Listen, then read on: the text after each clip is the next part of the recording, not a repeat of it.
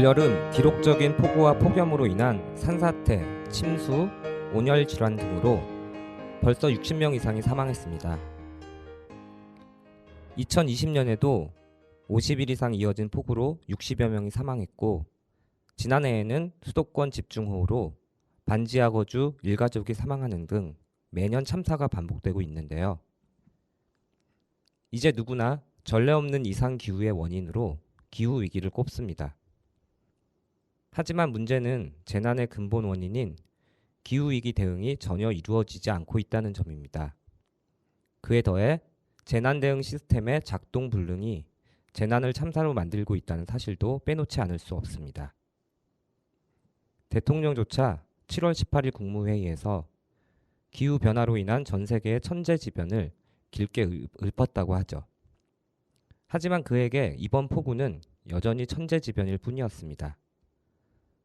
천재지변이니 어쩔 수 없다는 태도를 버리고 적극 대응할 것을 주문했지만, 바로 그 천재지변을 만들어낸 온실가스 대량 배출과 생태계 파괴 개발 사업들에 대해서는 전혀 언급이 없었죠. 벌써 몇 년째 반복되고 있는 여름 이상기후가 이례적인 현상이 아닌 앞으로 지속될 기후위기의 결과라는 것은 분명합니다. 문제는 기후위기 시대에 폭우, 폭염, 가뭄이 지속적으로 발생할 것이라는 사실보다 그 재난을 겪는 한국 사회가 이 위기에 함께 대처하기 위한 준비를 전혀 하지 못하고 있다는 겁니다. 오송 지하차도 참사, 노동자의 폭염 사망 등 기후위기가 기후재난으로 현실화하고 있지만 기업도 정부도 현상 유지만을 고집하고 있습니다. 고장난 레코드판처럼 매번 똑같은 조치들만 반복되고 있을 뿐이죠. 관련 공무원에 대해 책임을 묻고 지자체 인프라에만 돈을 쏟아붓는 특별재난구역이 반복적으로 선포되고, 가용 자원을 총동원해 복구에 힘쓸 것을 다짐하며 재난 대응 시스템을 개선할 것이라고 정부는 약속합니다. 정부의 이러한 반복된 대응이 어떤 기대도 불러일으키지 않는 이유는 정부가 시민의 생명과 안전을 최우선으로 작동하지 않는다는 광범위한 집단적 경험 때문입니다. 비단 정부만이 아니죠. 한국 사회는 시민과 노동자의 생명과 안전의 보호를 가장 중요한 가치로 여기지 않습니다. 우리가 일터에서 매일 경험하는 것은 노동자의 생명과 안전은 결코 회사의 목표가 아니라는 사실입니다. 그렇다고 정부가 작업중지권이나 노동자의 단결권 보장을 통해 생명과 안전에 대한 권리를 북돋는 것도 아니고요. 모든 부처가 경제부처처럼 일하라는 윤석열 정부가 몸소 보여주듯 역대 정부에게 가장 중요한 것은 기업의 이윤과 경제 성장률이었습니다. 기후위기 시대 재난의 사전 예방은 온실가스 대규모 감축을 비롯한 근본적인 사회 시스템의 구조 변화여야 합니다. 이제 우리는 함께 살아남고 살아가기 위한 투쟁, 기후 재난 속에서도 존엄하고 평등한 사회를 만들기 위한 싸움을 시작해야 합니다. 바로 내일이죠. 9월 23일 서울 세종로 일대에서 기후위기의 책임을 묻는 대규모 집회와 행진이 진행됩니다. 기후위기를 최일선에서 마주하고 있는 우리 모두의 힘으로 새로운 세상을 열자고 함께 외치는 자리이기도 합니다. 9.23 기후정의 행진에 청취자 여러분들도 함께 해주실 거죠?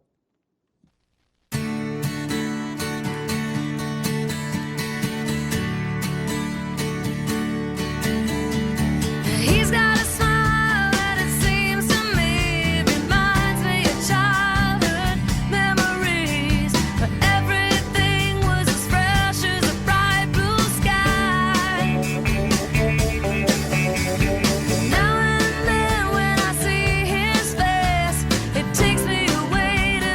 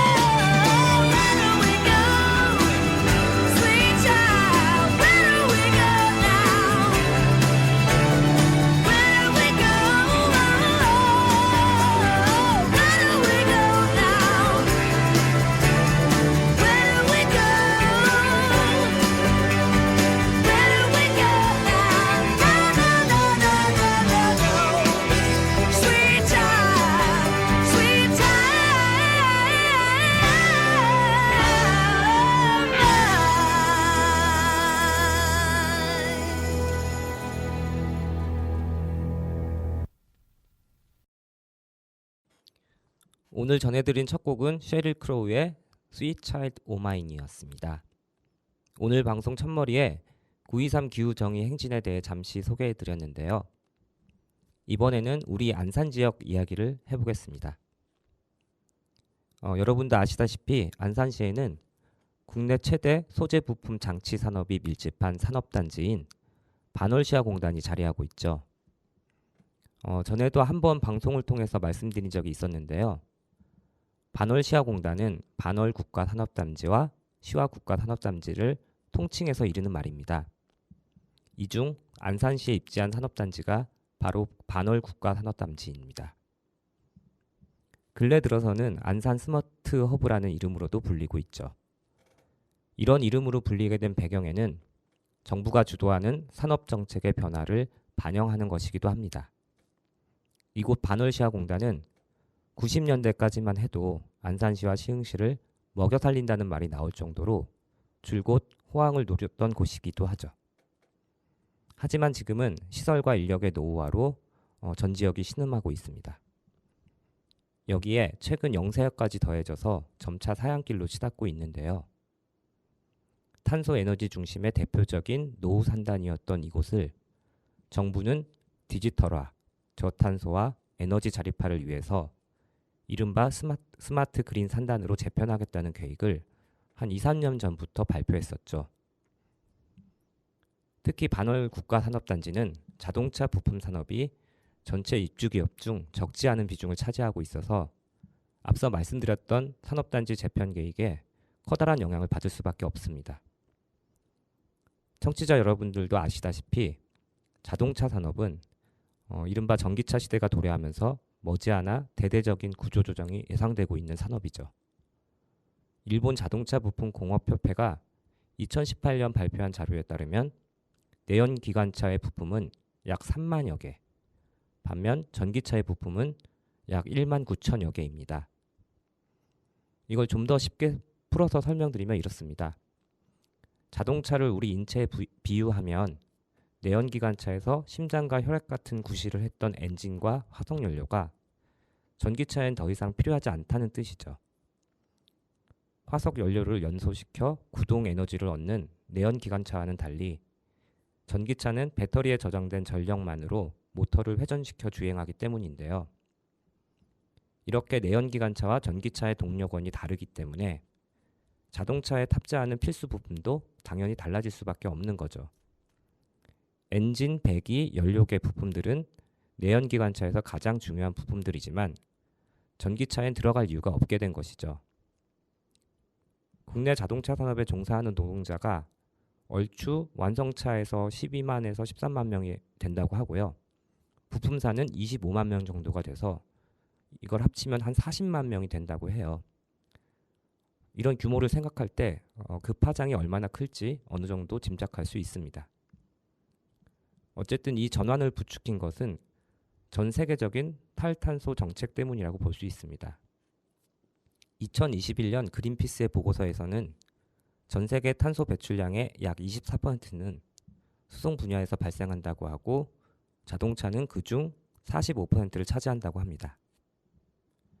그에 앞서 2016년 국제사회는 지구온난화에 따른 기후위기에 적극 대처하기 위해서 파리 기후변화협정을 체결했는데요. 유럽, 미국, 중국 등 주요 탄소 배출국들은 파리 협정을 통해서 약속한 탄소 감축 계획에 따라 이르면 2025년부터 늦어도 2040년까지는 내연기관차 판매를 중단한다고 발표했습니다.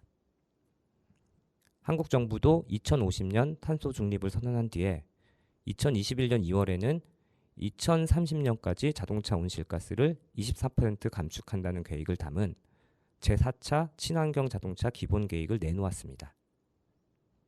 결국 자본이 구조조정, 즉 전기차로의 전환에 박차를 가하게 된 직접적 계기는 정부의 규제라고 볼 수 있는 건데요. 정부의 규제 정책이 이렇게 자동차 산업의 재편을 촉진하는 역할을 한 것은 맞지만 그럼에도 자동차 산업에서 재편의 주도권을 쥐고 있는 건 정부가 아니라 현대기아차가 될 거라는 게 관련 산업 전문가와 연구자들의 지배적인 견해입니다. 오민규 노동문제연구소 해방 연구실장의 얘기를 한번 들어볼까요? 산업전환과 관련된 정책의 핵심은 전기차 부품과 관련된 생태계를 어떻게 만드느냐입니다. 그런데 지금 정부 정책은 부품사를 위한 게 아니라 완성사를 위한 겁니다. 부품 인프라를 갖추는 게 마치 부품사들을 지원하는 것처럼 보이지만 실제로는 현대차 사업을 키우기 위한 전략이에요. 방금 이야기를 통해서도 알 수 있듯이 현대기아차는 국내 자동차 산업 생태계에서 독보적인 지위를 차지하고 있습니다. 한국에서 생산되고 판매되는 자동차 중 86%가 현대차와 기아차라는 사실만 보더라도 이건 잘 드러나고 있죠. 이처럼 현대기아차의 압도적인 공급 역량은 완성사에 강하게 종속되어 있는 부품사의 문제와 맞닿아 있습니다. 여러분도 잘 아시는 것처럼 현대기아차는 내연기관차에서 수직 계열화된 생산체제를 매우 견고하게 구축해 왔습니다.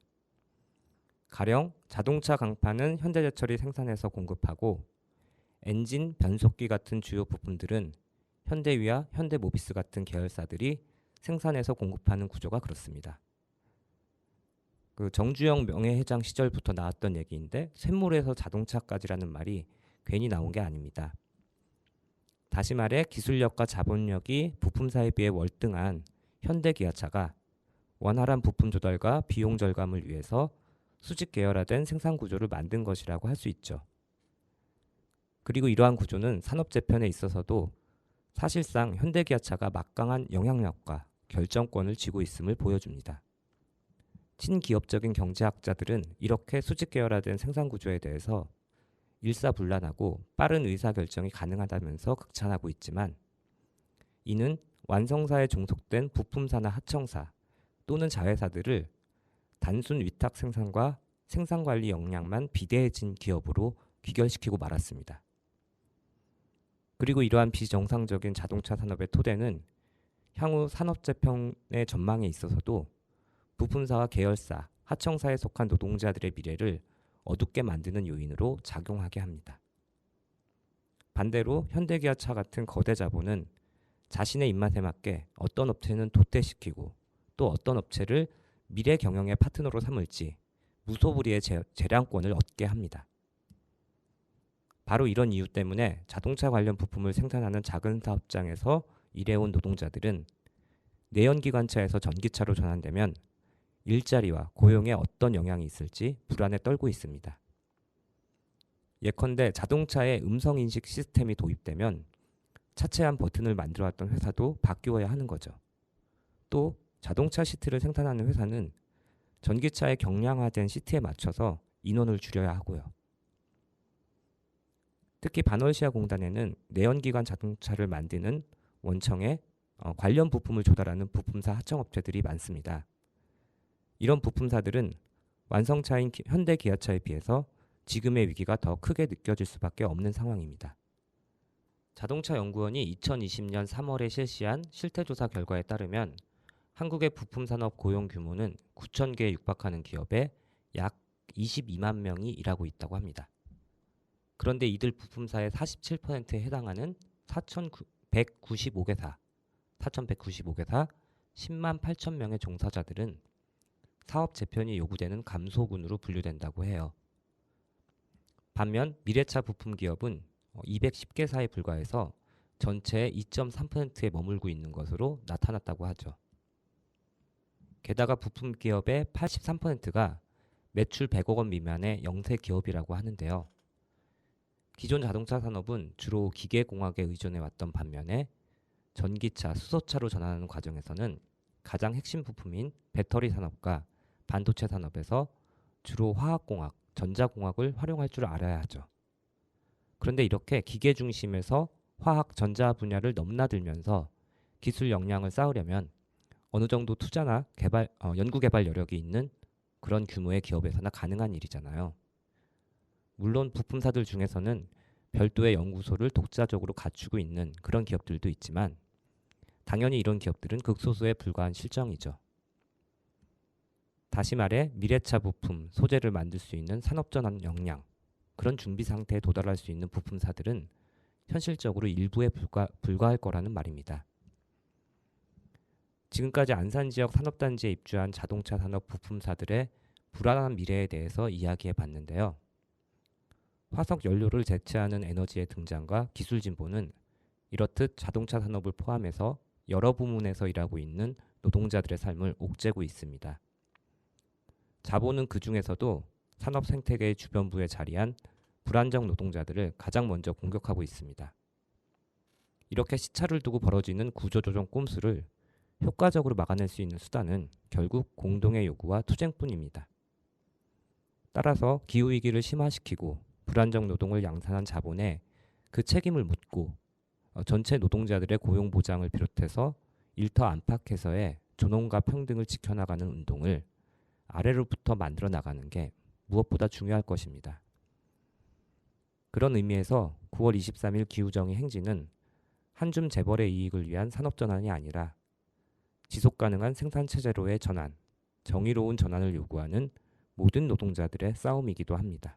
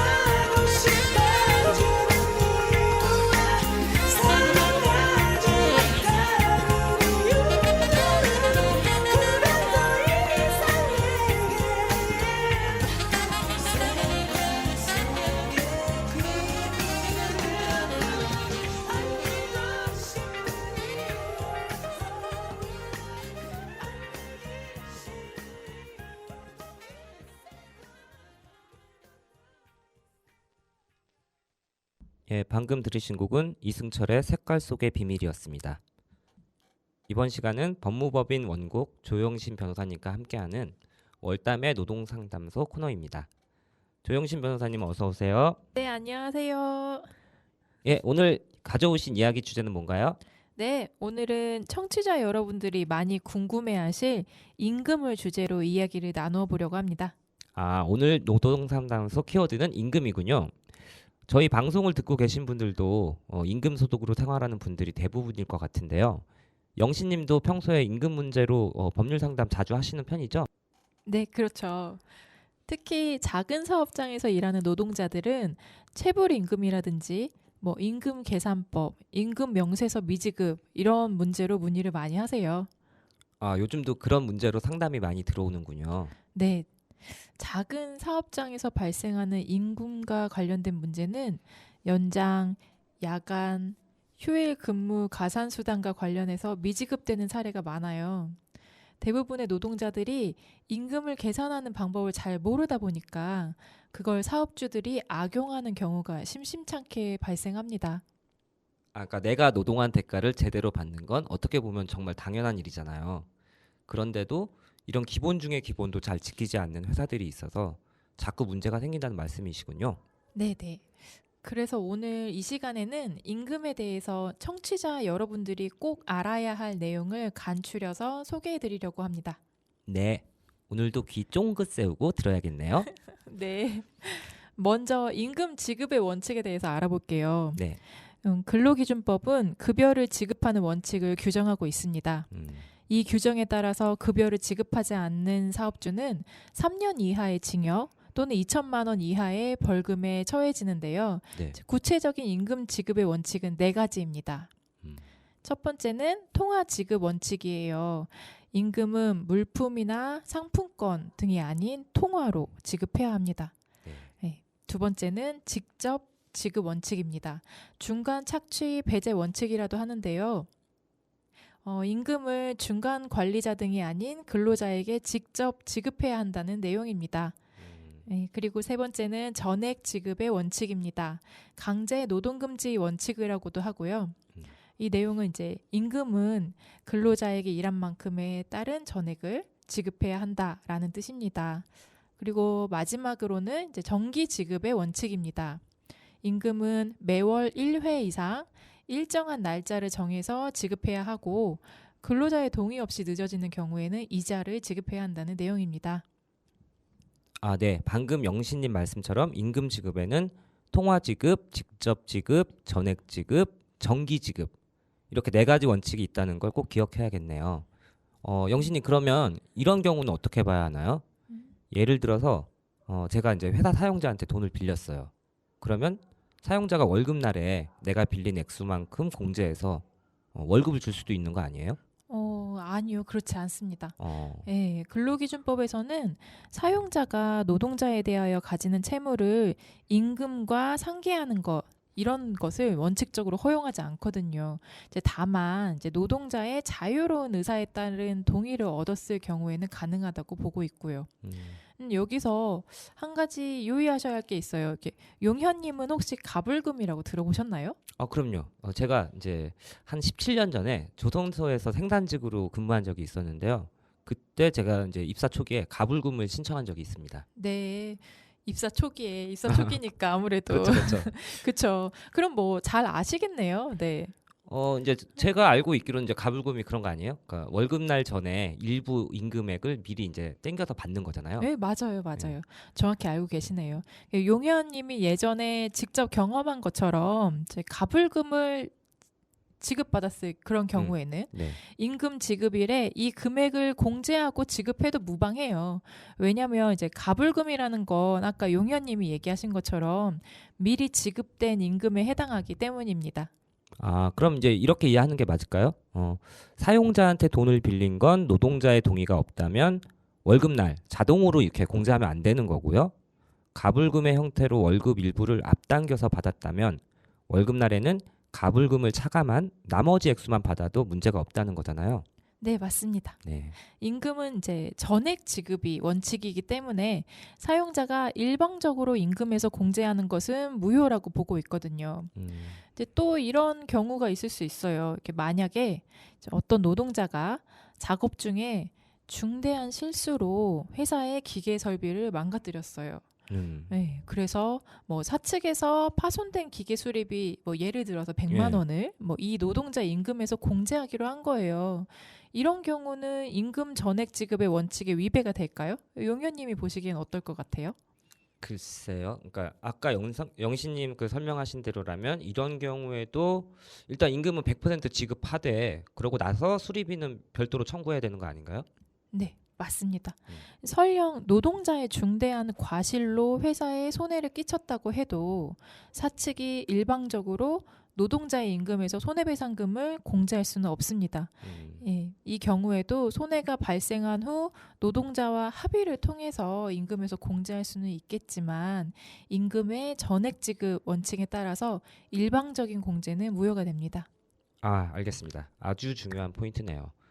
다음으로 알아둬야 될 게 뭔가요? 네, 이어서 임금의 종류에 대해서 설명을 드리려고 하는데요. 네.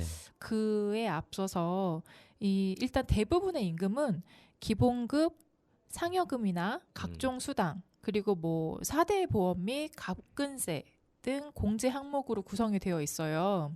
그러니까 지금 말씀하신 그 임금의 구성 항목이라는 게 그 임금 명세서에 다 나와 있는 거죠? 네, 네, 그렇죠. 음.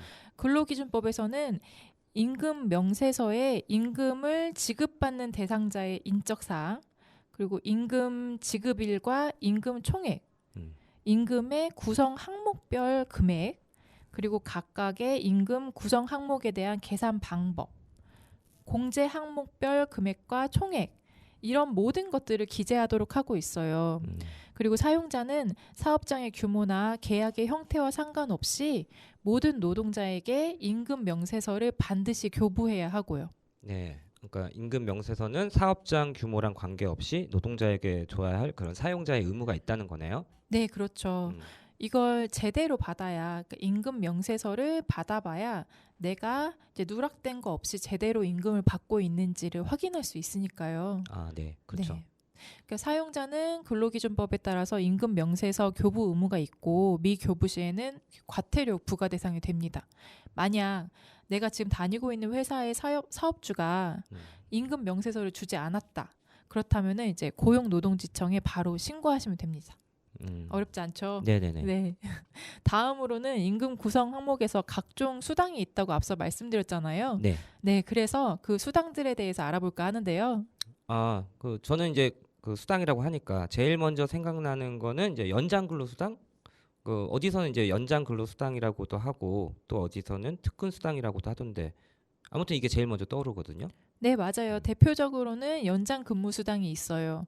음. 연장 근무 수당은 하루 8시간 그리고 일주일에 40시간을 음. 초과하는 근무에 대하여 시급의 50%를 가산 지급하는 수당입니다. 뭐 그리고 야간 수당도 있는데요. 이건 밤 10시부터 오전 6시 사이 근무한 것에 대해서 시급의 50%를 가산 지급하는 수당입니다. 음. 뭐 그 밖에도 휴일 근무 수당은 주휴일이나 노동절, 뭐 명절, 법정 공휴일이나 약정 휴일에 한 근무에 대해서 시급의 50%를 가산 지급하는 수당이고요. 네. 주휴 수당은 일주간 규정된 근무 일수를 다 채운 노동자에게 유급 주휴일을 주는 것을 의미합니다. 이제 보통 일요일이 주휴일인데 네. 주휴일에 근로 제공을 하지 않았다 해도 하루분의 임금을 추가로 지급받는 거죠. 마지막으로 휴업수당이 있는데요. 휴업수당은 노동자의 사유가 아닌 회사의 사정으로 일을 하지 못하는 경우 그 기간 동안은 임금의 70% 이상을 수당으로 지급하는 것을 말합니다. 여기서도 이제 하나 궁금한 게 생겼는데요. 그 만약에 이제 연장 근무를 하면서 또 야간 근무에도 해당이 되고 거기다가 휴일 근무 날인 경우에는 이럴 때는 이제 수당이 어떻게 지급되나요? 이런 경우에는 모두 누적돼서 가산 지급하는 게 맞아요.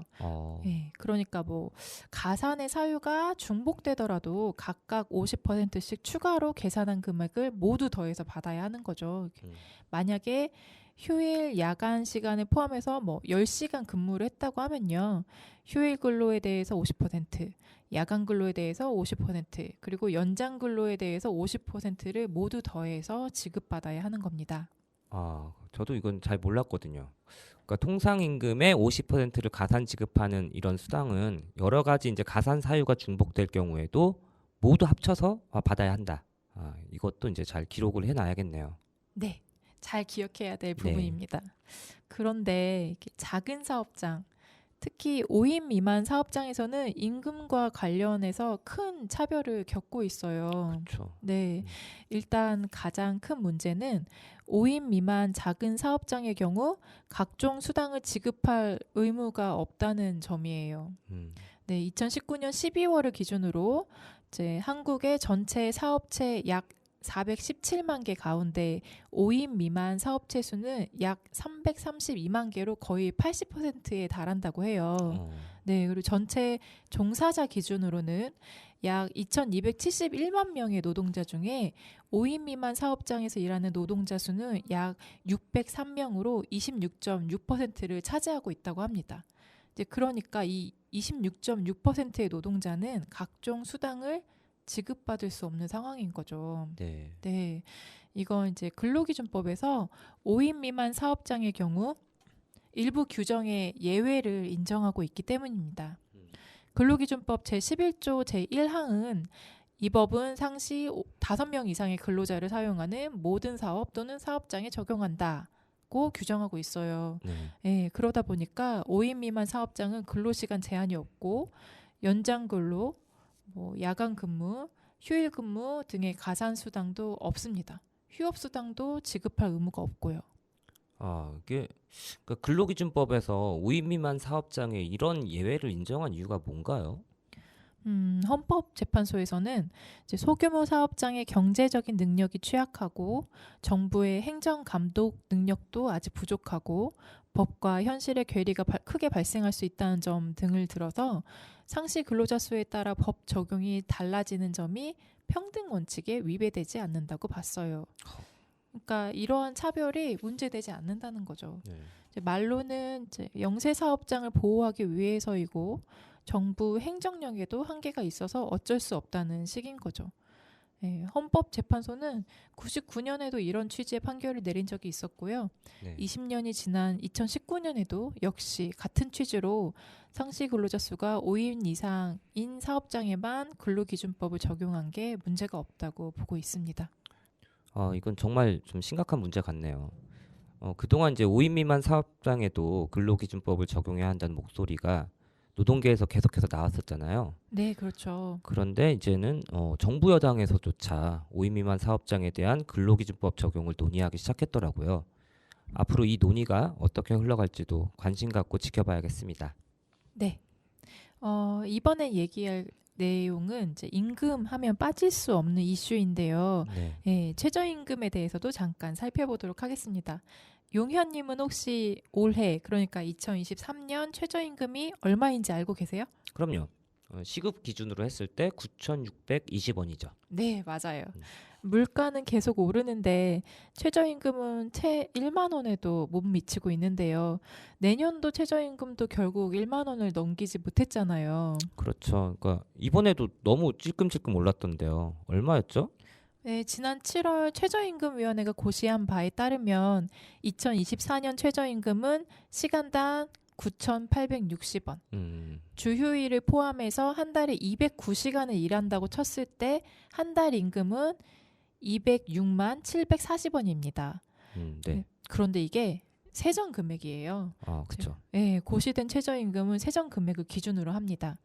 그러니까 이제 비과세액과 부양 가족 수에 따라 갑근세 등의 세금의 액수가 달라지는데 2023년을 기준으로 주휴수당을 포함해서 한 달 209시간을 일했다고 보고 또 부양가족을 한 명으로 세워서 4대 보험이나 가금세 등을 공제하면은 세후 최저임금, 즉 실수령액은 182만 3,570원 정도입니다. 아, 네, 부양가족이나 공제 항목에 따라 달라질 수 있고요.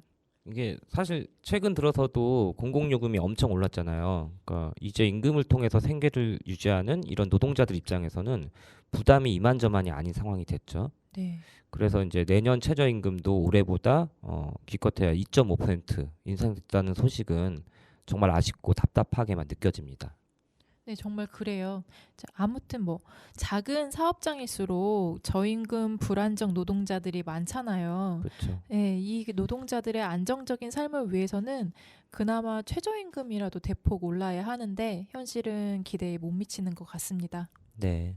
아무튼 최저임금과 관련해서도 상담이 꽤 많이 들어오시는 편이죠. 네, 최저임금에 대한 상담도 종종 들어오는데요. 네. 예를 들어 근래에는 이런 문의도 있었습니다. 이렇게 매년 최저임금이 오르는데 임금이 오르지 않아서 임금 명세서를 봤더니 식대 같은 게 기본급에 포함되었던데 그래도 되냐는 문의였어요. 그러니까 최저임금 인상분을 이제 기본급에다가 식대를 포함하는 방식으로 했다는 건가요? 이거 좀 뭔가 꼼수 같은데요. 네, 그렇게 보이시죠? 네.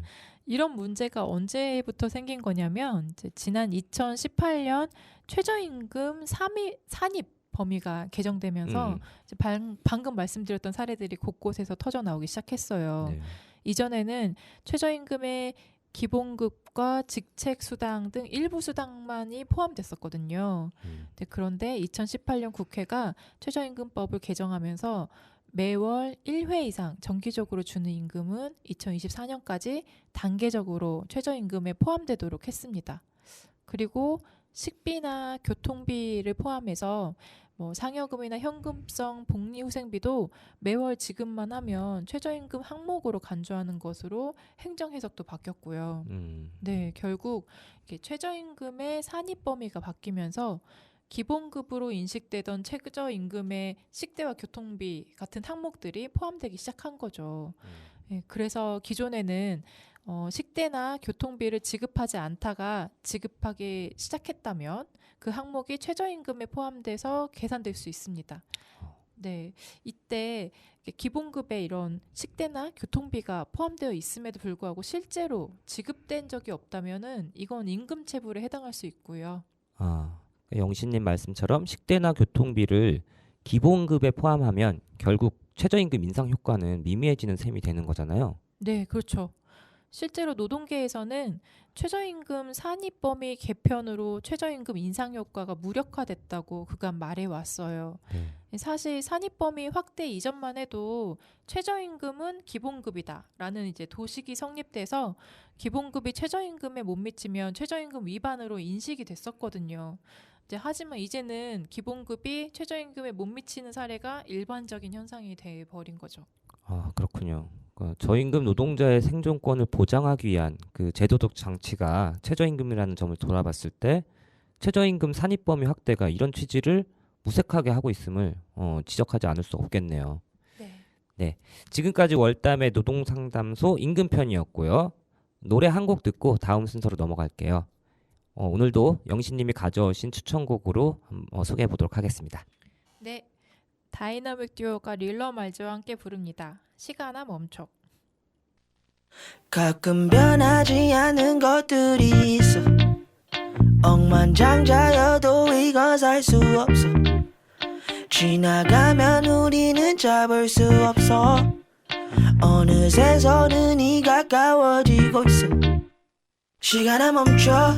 딱 거기에 멈춰 봐. 너는 왜 뭘 어쩌가기만 하는 걸까. 시간아 멈춰.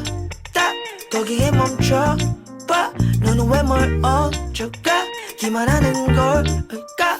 Yeah, dynamic 듀오 이집 go back throwback 잠시 그때를 go back 으쓱으쓱했지 다들 알아볼 때 돈다발도 처음 쥐어봤지 손에 동네 친구들과 매일 밤 소맥 버릇처럼 계산할 땐 다들 나만 보내 오토바이 팔고 자동차를 타니 좋은데 카드값 빨리고 안 빌리면 또 빌리거나 세금도 못 내 누군 얼마를 번대더라 무슨 차를 뽑았더라 걔는 돈을 모아 집을 샀다던데 그 집값이 몇 배를 뛰었다고 하대 행복하길 바래 질투간에 내 방식대로 올라가고 싶어 선배들의 텃세 짬이라는 함정은 더럽게 넓고 깊어 오르기도 벅찬데 친구라도 놈들은 바지가랑이를 붙잡네 변하지 않은 것들이 있어 억만장자여도 이건 살 수 없어 없어? 지나가면 우리는 잡을 수 없어 Yeah 어느새 서른이 가까워지고 있어 시간아 멈춰 딱 거기에 멈춰 봐 너는 왜 멀어질까 기만하는 걸까 시간아 멈춰 딱 거기에 멈춰 봐 너는 왜 멀어질까 기만하는 걸까 현실을 살아보니 warzone 고장 내 손에 쥐어진 건 닥총 탄산 없이는 안 넘어가 밥풀이 돈은 내가 내니까 고기는 네가 구워줘 위에선 퍽치고 아래선 툭 치니 탁 트인 집 대신 넓어진 이마 평수 좀 더 살기로 왜 여기 편의점 뷰 돈 좀 그만 빌려가는 너의 전주가 아냐 oh god 누구 널 말을 번들더라 누굴 사귀다더라 부모 돈 받아 주식을 사다던데 그 주식이 몇 배를 뛰었다고 하네 적당히 망하길 바래 too much time being jealous 씹을 땐 좋다 말 뱉고 나면 울고 앨범으로 치면 난 항상 수록곡 이름은 나가리에다가 나의 브록도 너무 빨라 현실의 속도 꿈에서 숫자를 봤어 로또 번호 머릿수로 기회를 놓쳐 잘 차려놓은 밥상에 no show 넘어지고 더디고 처지고 멀어지고 포기해버리고 가끔 변할 수 없는 것들이 있어 억만장자면 모든 걸 살 수 있어 싹 살 수 있어 시간 가면서 깨달아가고 있어 어느새 어른이 가까워지고 있어 시간아 멈춰 딱 거기에 멈춰 봐 너는 왜 멀어질까 기만하는 걸까 시간아 멈춰 딱 거기에 멈춰 봐 너는 왜 멀어질까 기만하는 걸까 시간아 멈춰 딱 거기에 멈춰 봐 너는 왜 멀어질까 기만하는 걸까 시간아 멈춰 딱 거기에 멈춰 봐 너는 왜 멀어질까 기만하는 걸까 자, 이번에는 청취자 퀴즈 시간인데요. 지난주 청취자 퀴즈는 안타깝게도 정답자가 나오지 않았는데요. 이번 주 청취자 퀴즈는 꼭 정답자가 나오길 바라면서 퀴즈 문제 나가겠습니다. 영신님. 네, 오늘 노동상담소에서 이야기 나눈 임금에 대한 설명을 잘 들으셨다면 이번 퀴즈도 어렵지 않을 겁니다. 네. 문제 나갑니다. 다음 설명 중 틀린 말을 고르세요. 사지선다입니다. 1번. 임금은 일한 사람에게 직접 지급되어야 한다. 2번. 임금은 상품권으로도 줄 수 있다. 오. 3번. 임금은 정해진 날짜에 전액을 지급해야 한다. 4번. 연장근로수당, 휴일근로수당, 야간근로수당은 모두 누적되어 가산된다. 네.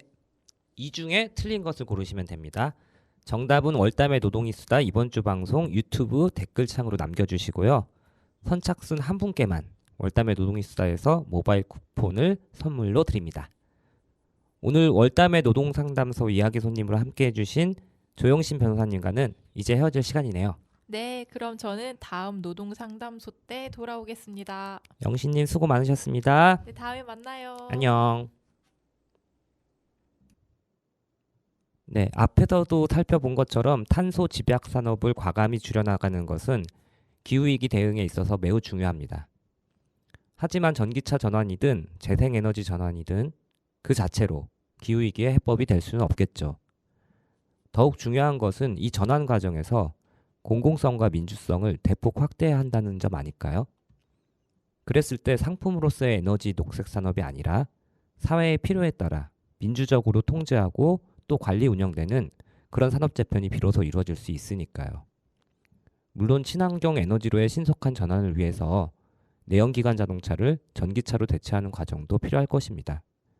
동시에 우리가 사용하는 자동차 수를 근본적으로 줄일 필요도 있겠죠.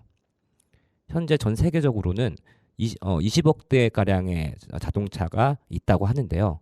이 자동차들을 모두 전기차로 바꾼다면 그만큼 광산 채굴도 폭발적으로 늘려야 할 것이라고 2019년 영국의 주요 과학자 그룹은 경고했다고 합니다. 전력을 저장하려면 배터리가 있어야 하는데 여기에는 리튬이라고 하는 광물이 필수적이라고 해요. 그런데 리튬 1톤을 생산하려면 50만 갤런의 물이 필요하다고 하죠. 재생에너지의 전환 과정에서도 공적인 통제가 이루어지지 않는다면 지금의 탄소 성장 시대보다 더 압축적인 자원 지출이 이루어질 수도 있다는 뜻인데요.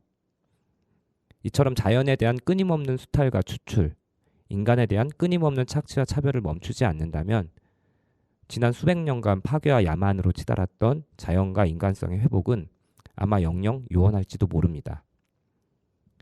적을수록 풍요롭다의 저자 제이슨 힌켈은 불평등을 줄이고 보편적 복지를 늘리는 것이 어떻게 환경적인 기여로 연결되는지를 다음과 같이 알기 쉽게 설명합니다. 에너지나 물질 측면에서 공공교통이 개인 자가용보다 덜 집약적인 것처럼 공공체육시설이나 공원은 개인 저택에 딸린 헬스장이나 정원보다 덜 지갑적이라는 것입니다. 발음이 어렵네요. 마찬가지로 일하는 사람들이 권리의 주체로 서 나가는 과정은 기후정의 관점으로 보나 노동인권의 관점으로 보나 우리 사회에 매우 유익한 일입니다. 가령 작은 사업장 노동자를 비롯한 불안정 노동 당사자들에게 지금보다 더 많은 권리가 보장된다면 노동자들은 안전하지 않은 일터 환경에 대해서 더 이상 침묵하지 않게 되겠죠. 제대로 된 안전대책 마련, 과도한 노동시간의 단축, 적정 인력 충원 요구 등 기업의 이윤보다 노동자의 건강과 안전을 중심에 둔 그런 정책이 필요하다고 외칠 수 있을 겁니다. 이렇듯 노동자의 권리 보장 요구는 기후정의에 역행하는 탄소 자본을 아래로부터 견제할 힘을 착실히 다져나가는 과정이기도 합니다. 기후재난 속에서도 존엄하고 평등하게 살아가기 위해 우리 모두 9.23 기후정의 행진에 함께하면 좋겠습니다. 끝으로 전미도의 사랑하게 될 줄 알았어 띄워드리면서 월담의 노동이 수다 22회 방송을 마칩니다. 다음 이 시간에 또 뵙겠습니다. 지금까지 저는 임용현이었습니다. 오늘도 함께해 주신 여러분 고맙습니다.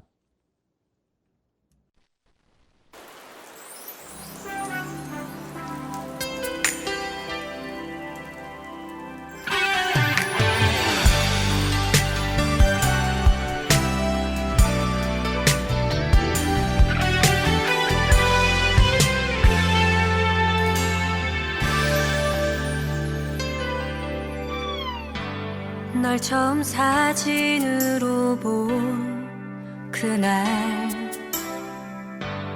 99년 1월 31일 그날 이후 지금 이 순간까지 나 하나만 기다려준 너를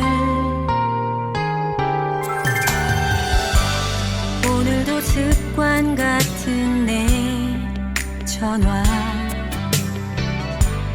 따스히 받아주는 너에게 세상 가장 행복한 사람으로 만들어준 너를 너무 사랑해 사랑하게 될 줄 알았어 우리 처음 만난 그날에 시간 속에 희미해지는 사랑에 그대가 흔들린대도 그땐 내가 잡을게요 그대처럼 정원아! 야, 너 빨리 와! 장겨울 오늘 프로포즈를 받았대. 너무 편한 사이가 싫어서 너무 오랜 사랑 힘들어서 아픈 눈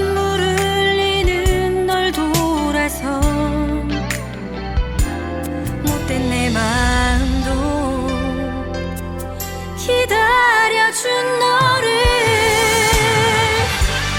사랑하게 될 줄 알았어. 우리 처음 만난 그날에 시간 속에 희미해지는 사랑에 그대가 흔들린대도 그땐 내가 잡을게요. 그대처럼 얼마나 힘들었을까. 못난 내 눈물도 따스히 감싸준 너를 사랑하게 될 줄 알았어. 우리 처음 만난 그날에 시간 속에 희미해지는 사랑에 그대가 흔들린대도 내가 잡을게요. 아무 걱정 마요. 내 손을 잡아요. 처음 그날처럼